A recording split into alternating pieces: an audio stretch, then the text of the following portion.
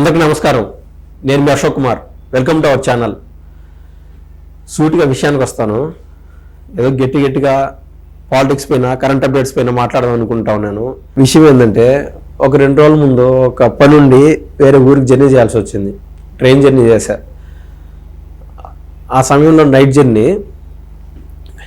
Morning టైంకి అది malaria వచ్చినాదో, dengue వచ్చినాదో, ఇంకేమన్నా వచ్చినాదో తెలియదు. కానీ చేతలో డబ్బులు లేనప్పుడు కనీసం బ్లడ్ టెస్టులు కూడా చేసుకోలేము. నా పరిస్థితి గురించి పక్కన పెడతాం.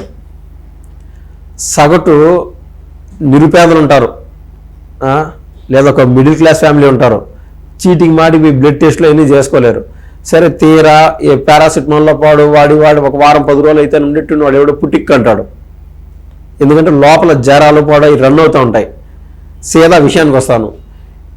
నేను చెప్పదలుచుకున్నది ఏంటంటే, ఈ ట్రైన్ జర్నీ చేసే సమయంలో 1 గంటకో లేదా ఒక అర్ధగంట తర్వాత ఆ ట్రైన్, ఎక్స్ప్రెస్ ట్రైన్ అయితే కొన్ని చోట్ల ఆగుతుంది. రకరకాల ట్రైన్లు రకరకాలుగా స్టాపులు బట్టి ఆగిన ప్రతి చోట, ఈవెన్ మెయిన్ స్టేషన్ అనుకోండి, ఈవెన్ హైదరాబాద్ లేదా సికింద్రాబాద్, ఈవెన్ తిరుపతి, పెద్ద పెద్ద స్టేషన్లు వేసుకోండి. స్వయాన తిరుపతి రైల్వే స్టేషన్లో కూడా అక్కడ మనం కొనే వస్తువులు, ఈవెన్ ఆ లేస్ ప్యాకెట్లో, కురుకురే ప్యాకెట్లో, సరే ఒక వాటర్ బాటిల్ విషయానికి వద్దాం. ఒక వాటర్ బాటిల్ సాధారణంగా ఇంత పెద్ద క్యాను అమ్ముతా ఉంటే పల్లెటూరులో ఒక 4 రూపాయలు 5 రూపాయలకి అమ్ముతూ ఉంటారు. తిరుమలకి వెళ్ళిన వాళ్ళు తృప్తిగా దేవుడిని దర్శనం చేసుకొని దేవుడికి తలనీళ్ళాలు సమర్పించి తిరుక్కొని వస్తూ ఉంటారు.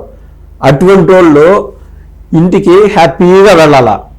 వాళ్ళు అక్కడ దేవుడి దగ్గర నుంచి ఇంటికి వెళ్ళేటప్పుడు ఒక రోగంతో వెళ్ళొచ్చా? ఎంత మహాపాపం అది! బతుకు అంత మహాపాపం, నీచం, నికృష్టం. ఎవరైతే ఇంటెన్షనల్గా ఇట్లాంటి దరిద్రపు కొట్టు వ్యాపారాలు చేస్తున్నారో, అది ఉంటుంది చూడు అపరిచితుడు సినిమాల్లో, అదేదో కుంభి పాకాలు ఇట్లాంటి చేస్తున్నారని, అవి నిజమే. నిజంగా అట్టాటి ఓడేవాడు పుట్టి అట్లాంటి చేస్తే బాగుండు అనిపిస్తుంది. అదేదో నాకేదో నిన్న జరిగింది, ఏదో జ్వరం వచ్చింది అనేది కాదు విషయం. ఒక సగటు పేదోడి యొక్క బాధని ఈ రకాన మీ ముందు పెట్టాలని నేను అనుకున్నా. వాడి ఇంటికి వెళ్ళినప్పుడు హ్యాపీగా అందరికి ప్రసాదాలు పంచుకోవడం, ఇట్లా లేకుండా జలుబు, దగ్గు, జ్వరంతో ప్రసాదాలు పంచుతారా పొయ్య? సరే, ఫర్ ఎగ్జాంపుల్ ఒక వాటర్ బాటిల్ వేసుకుందాం బా. ఈవెన్ యూట్యూబ్ కొట్టినా ఏది కొట్టినా మీకు అర్థమవుతుంది. ఒక ప్లాస్టిక్ ఖర్చు, దాని మూత ఖర్చు, దానికి చుట్టూరు వేసే లేబుల్ ఖర్చు మొత్తం కలిపి ఎక్కువ వేసుకుంటే 2 రూపాయలు దాని ఖర్చు. దాన్ని నీట్గా మినరల్ వాటర్ ఫిల్ చేస్తే దాన్ని బట్టి ఎంత అవుతుంది? 3 రూపాయలు అదనంగా చేస్తే 1 లీటర్ వాటర్ బాటిల్ని 10 రూపాయలు నువ్వు అమ్మచ్చు. దాన్ని అర్జెన్సీ మీద ఎక్కడంటే అక్కడ స్టేషన్ ట్రైన్ ఆగుతూ ఉంటుంది, ఇమ్మీడియట్గా ఓడిపోయి ఆడ వాటర్ బాటిల్ కొనుక్కొని ఇమ్మీడియట్గా ఎక్కేయాలి, ట్రైన్ ఎక్కేయాలి. అక్కడ ఓడి ఎక్కడ కొన్నాడు, ఆ క్వాలిటీ ఏంది, దాని కథ ఏంది. పైగా ఆ వాటర్ బాటిల్కి ఏమో బ్రాండెడ్, పెద్ద పెద్ద కంపెనీల పేర్లు ఉంటాయి. బ్రాండెడ్ టీ, మంచి కంపెనీ కదా అని కొంటారు. తీసి చూస్తే ఆ కుళాయి నీళ్ళు రామాయన కలిపేది. స్వామి భగవంతుడా, ఇట్టా టోళ్ళకి చుక్కలు చూపి స్వామి. ఇంక స్వామిని అడుగుతున్నా, ఆ దేవుడిని అడుగుతున్నా, ఏం చేయాలా? క్వాలిటీ కంట్రోల్ ఎన్ని చేస్తుంటారు చూడు. అధికారులు అనేవాళ్ళు స్వయాన బాగా పనిచేస్తున్నారో తెలీదు, ఏం చేస్తున్నారో తెలీదు. ఈ రోజు కాదు బా, సంవత్సరం వేసుకో, 2 ఏళ్ళు వేసుకో, 3-4 ఏళ్ళు వేసుకో, ఈ పరిస్థితుల్లో మార్పు వస్తుందని అయితే నేను అనుకోను. దయచేసి నేను మిమ్మల్ని కోరుకునేది ఏంటంటే, షేర్ చేయండి, లైక్ చేయండి, మ్యాక్సిమం మెంబర్స్కి రీచ్ అవుతుంది. సరే, గవర్నమెంట్ వరకు చేరుతుంది ఈ విషయము, చేరదో పక్కన పెడదాం, చేరని కూడా చేరకపోవచ్చు.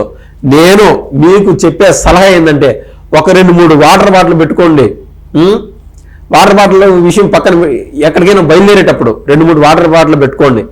వాటర్ బాటిల్ విషయం పక్కన పెడితే ఇంటికానే శుభ్రంగా ఏ చపాతీలో పాటు చేసుకొని ట్రైన్లో తినేసి మీ పని చూసుకొని మళ్ళీ తిరిగి బయలుదేరండి.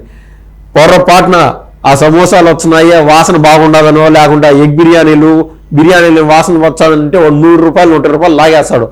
తీరా తిని చూసి అది పాసిపోయింది ఉంటుందా నాయన, అది పారేయాలి తెలీదు, తినాలా తెలీదు. తింటే జబ్బులు వచ్చా, పారేద్దాను అంటే 100 రూపాయలు 100 రూపాయలు దాని మొఖాన్ని ఖర్చు పెట్టిండే, దాన్ని పారేయలేరు. నేను ఫైనల్గా కోరొచ్చేది ఏంటంటే, సరే ఈ కోపం తట్టుకోలేక నాకు అపరిచితుడు అనేవాడు, ఇంకొకడు నాకు స్నేహితుడు లేడు, వీళ్ళ పైన ఏ విధంగా కంప్లైంట్ పెడదామని తీరా ఇది చెక్ చేశా. దీంట్లో ఏది కన్స్యూమర్ లా కోర్టు, దాంట్లో కేసు వేద్దామని. లాయర్ లేకుండా కూడా కేసు వేయచ్చంట. చదువుకున్న వాళ్ళకే దానికి ఏ విధంగా కేసులు వేయాలో తెలియదు. నేను ఎక్స్పీరియన్స్ చేశానో అది ఏ షాపు ఎక్కడ వాడి పేరు ఆడు గుర్తుపెట్టుకునేది, దానిపైన ఆడు పీకులాడేది, ఎవరి పనులు చేసుకుంటా ఉన్నాడు. మీ గవర్నమెంట్ జీతాలు ఇస్తున్నారు, క్వాలిటీ కంట్రోల్ చెక్ ఎన్ని చేస్తూ ఉంటారు చూడండి, ఏదో పేర్లు ఉంటాయి వాళ్ళకి. రైల్వేస్లో బీభత్సమైన ఆదాయము. మనకు దేశంలో పార్లమెంట్లో ఈ బడ్జెట్ పెట్టినారు అని మొత్తం బడ్జెట్ ఒక లెక్క, రైల్వే బడ్జెట్ అనేది ఒక సపరేట్ లెక్క. టైమ్స్ ఆఫ్ ఇండియా కాదు, ప్రతి చిన్న చోటా మోటా న్యూస్ పేపర్తో సహా రైల్వే బడ్జెట్ గురించి కోడైకి వస్తూ ఉంటుంది. ఒక జనరల్ బోగిలోనే ఇసుకేస్తే రాలనంత మంది జనం, ఎంత ఆదాయము. దయచేసి ఈ క్వాలిటీ కంట్రోల్ పైన ప్రభుత్వం కాస్త దృష్టి పెట్టాలని, అది స్టేట్ పరిధిలోకి వస్తుందా, సెంట్రల్ పరిధిలోకి వస్తుందా, ఇవన్నీ ఈ గవర్నమెంట్ వారు చెక్ చేసుకోవాలని నా యొక్క ప్రార్థన. దయచేసి నా రిక్వెస్ట్ని స్వీకరించాలని ఆశిస్తున్నాను. ఇట్లు మీ అశోక్ కుమార్.